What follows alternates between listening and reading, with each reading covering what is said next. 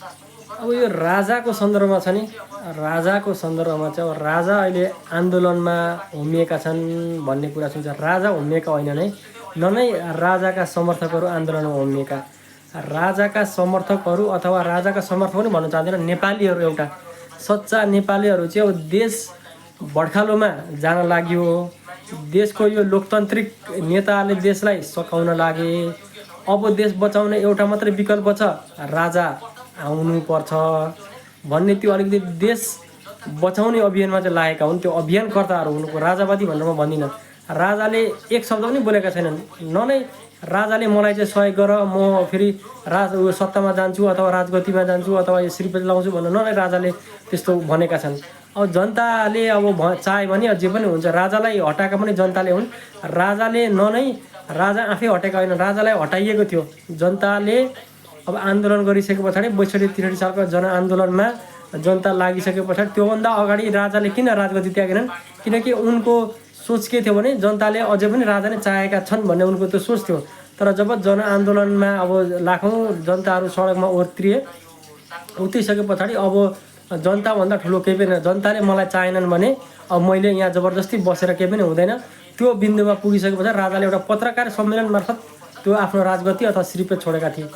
र छोड्ने क्रममा के पनि भनेका थिए कि म जनताको चाहना बमोजिम यो राजगद्दी अथवा यो श्रीपेद छोडेर जाँदैछु। भोलि काहीँ कदापि देशलाई मेरो खाँचो पराउने म फेरि देशको नेतृत्व गर्न आउनेछु अथवा श्रीपेज म लाउन आउनेछु पनि भनेका थिए। यसर्थ राजा कसरी गएका थिए? जनआन्दोलन मार्फत गएका थिए। जनताले हटाएका थिए। अब चाह्यो भने जनताले नै ल्याउन सक्छन्। राजा चुनावबाट हारेका थिएनन्। राजा चुनावमा पराजित भएका थिएनन्। राजा चुनावमा पराजित भएको भए राजा फेरि चुनाव मार्फत आउनु पर्थ्यो, जनमत पाएर आउनु पर्थ्यो। तर जनताले फ्यालेका थिए। अब जनताले चाह्यो भने लिएर आउन सक्छन् राजा। यो जुन मिथ्या अलिकति भ्रम यो हाम्रो देशको नेतृत्वदायी भूमिका निर्वाह गर्ने मानिसहरूले अहिले लोकतान्त्रिक नायकीहरूले जुन अलिकति यो एउटा भाष्य निर्माण गर्दैछन् नि, राजा अब मरिसकेको राजा फर्केर आउनु सक्दैनन्। राजा मरेका छैनन्। राजा हाम्रो राजालाई पूर्व पनि भन्नु हुँदैन। खास भन्ने भने त अब राजा ज्ञानेन्द्र मरेका छैनन्। राजा ज्ञानेन्द्र अझै जीवित छन्। यसर्थ राजा अब त्यसो भने त राजा मरे भने त राजा मरेको फर्केर आउँदैन भने तपाईँको लेनिन स्टालिन के बाँचेका थिए त? लेनिन स्टालिन त बाँचेका छैन। लेनिन स्टालिन मरेको लेनिन स्टालिनको तपाईँले नेपालमा चाहिँ त्यो अब यो सिद्धान्त बोकेर हिँड्नु हुने तपाईँहरूले। अनि राजावादीहरूले चाहिँ राजा आऊ देश बचाऊ भन्न नहुने।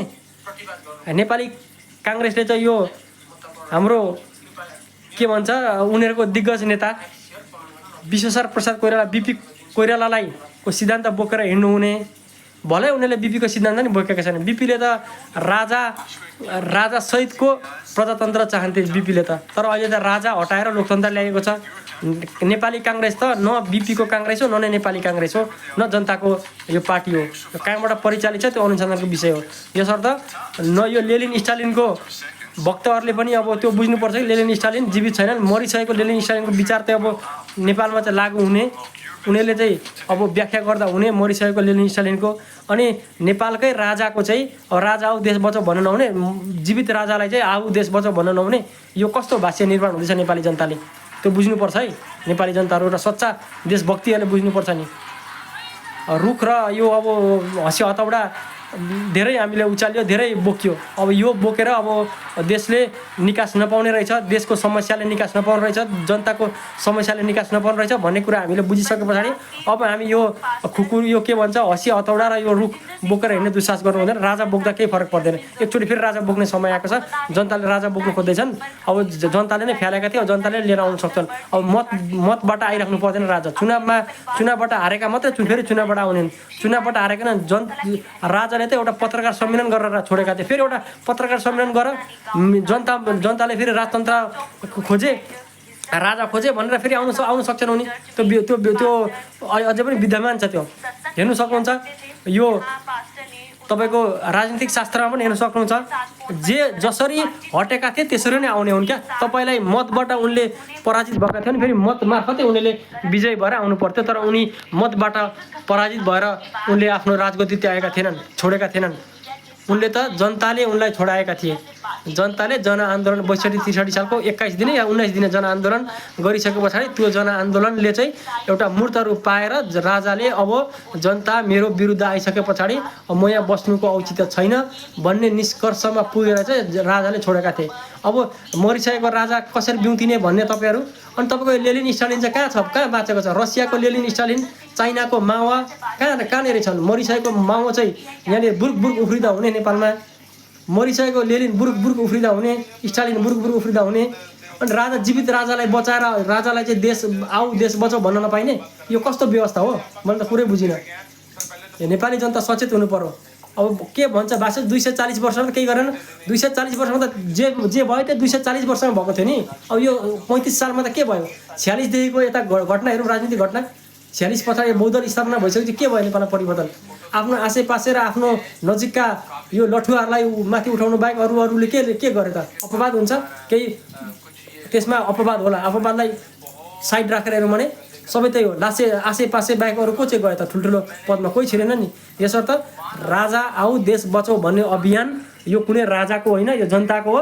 र एकपटक के थियो तत्कालीन समय, राजा जाऊ राजा भागो देश बचाऊ भन्ने त्यो अभियान जनताले उठाएका थिए। त्यो अभियानलाई राजाले स्वीकार गरेर राजगद्दी त्यागे। अब अहिले जनताले चाहिँ राजा आऊ देश बचाऊ भन्दैछन्। राजा आएर देश बचाउन सक्छन्, त्यसमा त कोही दुईमत छैन।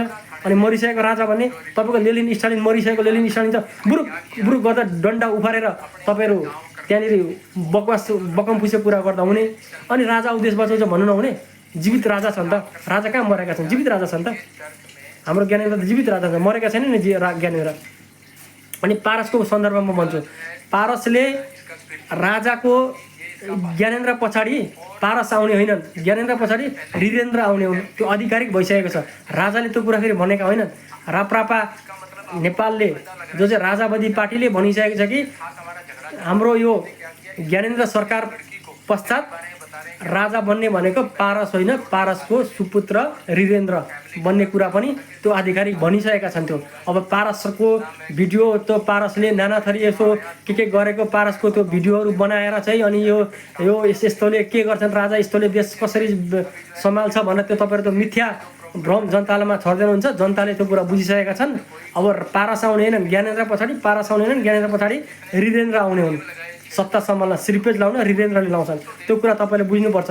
एउटा पारसको तस्बिर राखेर तपाईँले आफ्नो यो तपाईँको गणतन्त्रका नायकीहरूलाई संरक्षण गर्ने दुस्साहस नगरौँ।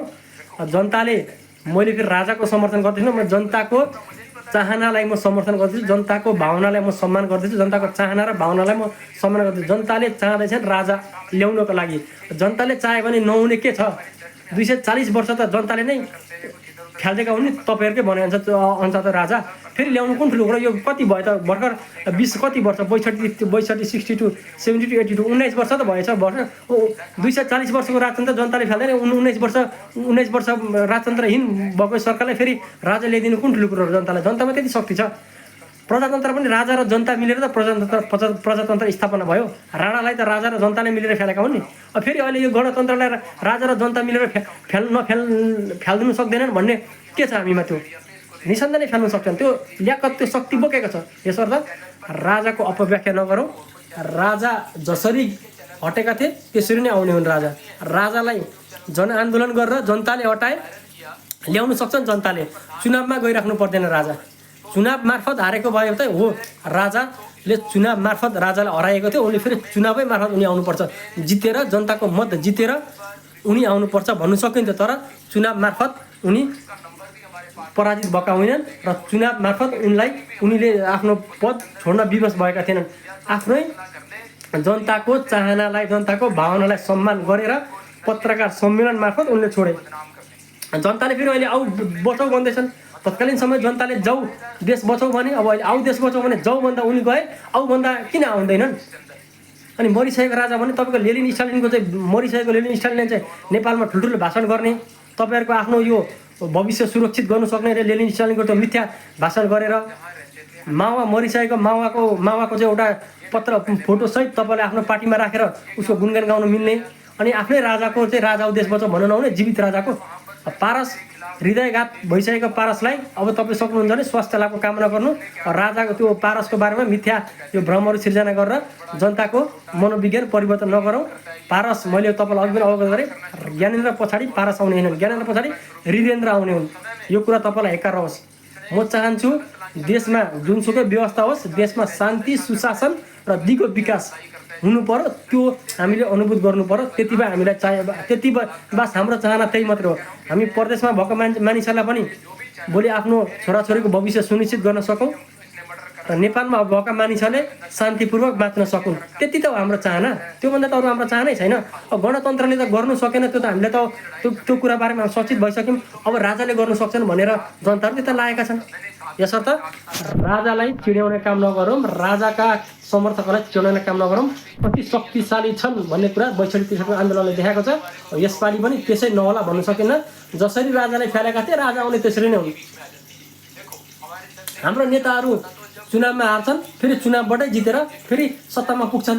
राजाले जनताले फ्याले राजालाई, जनताले नै लिएर आउनु सक्छन् राजालाई। त्योभन्दा त अरू त विकल्प छैन। यस मानेमा म योभन्दा धेरै बोल्नु चाहन्न। राजाको बारेमा म गलत व्याख्या पनि गर्न चाहन्न र देशको नेतृत्वदायी भूमिका निर्वाह गर्ने हाम्रो नेतागणहरूलाई पनि म के भन्न चाहन्छु भने राजालाई अलिकति गलत व्याख्या नगरौँ। मरिसकेको राजा भनेर त्यस्तो आफ्नो देशको एउटा इतिहास बोकेको, एउटा सुनौलो इतिहास बोकेको एउटा त्यो विषयलाई चाहिँ तपाईँहरूले यति साँगुरो तवरबाट मूल्याङ्कन नगर्नुहोस्। यसको तपाईँलाई नतिजा तपाईँले पछि महँगो पर्न सक्छ। यसर्थ म तपाईँलाई यही अनुरोध गर्न चाहन्छु कि जनताले चाहे भने जे पनि हुन्छ, जनता जनार्दन। लोकतन्त्रमा पनि जनता सबैभन्दा शक्तिशाली, राजतन्त्रमा पनि जनता सबैभन्दा शक्तिशाली।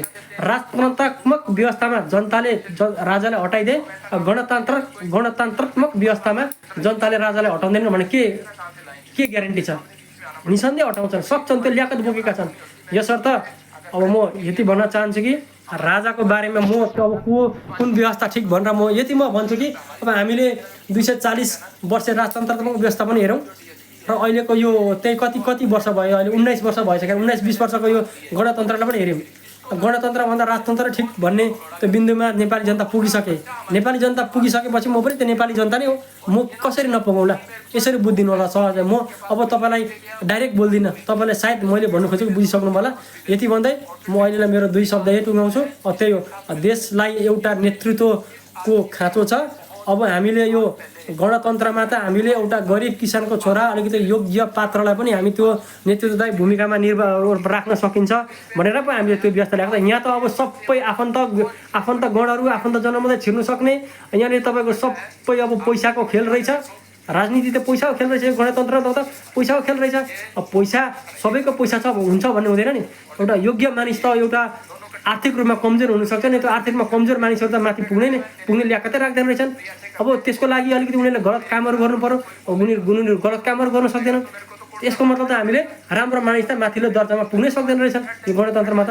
यस मानेमा हामीले यो व्यवस्था काम छैन भनेर जनताहरूले त्यो निष्कर्षमा पुगेका हुन्। यति भन्दै म अहिलेलाई बिदा हुन चाहन्छु। धन्यवाद।